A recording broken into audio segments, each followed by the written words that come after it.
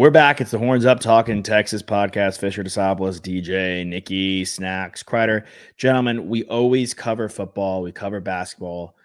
We have to tip our caps. All 130 caps I would have on my wall behind me if I wasn't in Florida right now. We have to tip all of our caps to the women's volleyball team going back-to-back national champions in volleyball. Unbelievably epic out of these ladies. They were the number 2 seed in their region, and they went through a gauntlet. You know, they took down Stanford in the Elite Eight. They beat Wisconsin in the Final Four, and they beat the top seed Nebraska in 3 straight sets to win it all.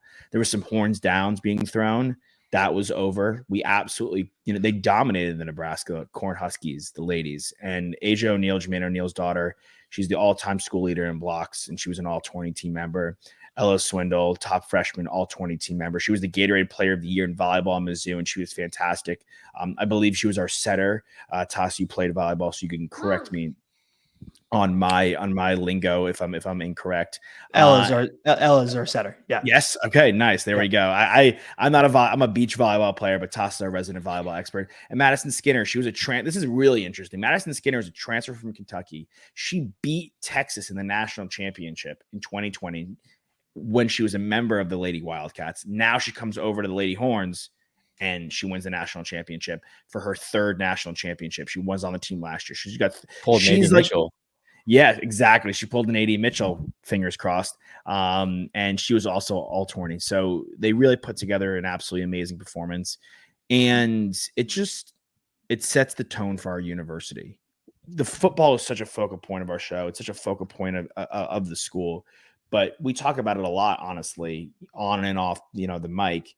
There are so many other sports that are so dominant. Our swimming and diving team for, decade plus has been amazing, right? The women's volleyball team, even, when they're not winning, they're in it. Like I mentioned, they lost to Kentucky in the finals. They're always in the mix. It's such a great program. Our baseball team has been solid. Our basketball team is back to fruition. So not only is the football team back and rolling, we have so many other great programs and student athletes on campus. And the women's volleyball team is probably tops out of all of them, not to, pick our favorite children, but they really are kicking ass, man. And yeah. it is such a good tone for our university.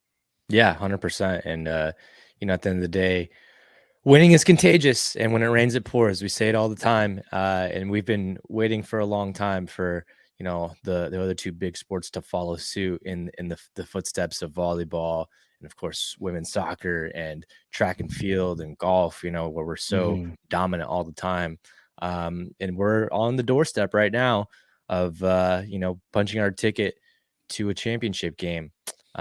So super excited for the women and to see what they're able to do and to kind of give our boys momentum as well to go out and win this natty. But yeah, super exciting right now. It's good to be a Longhorn.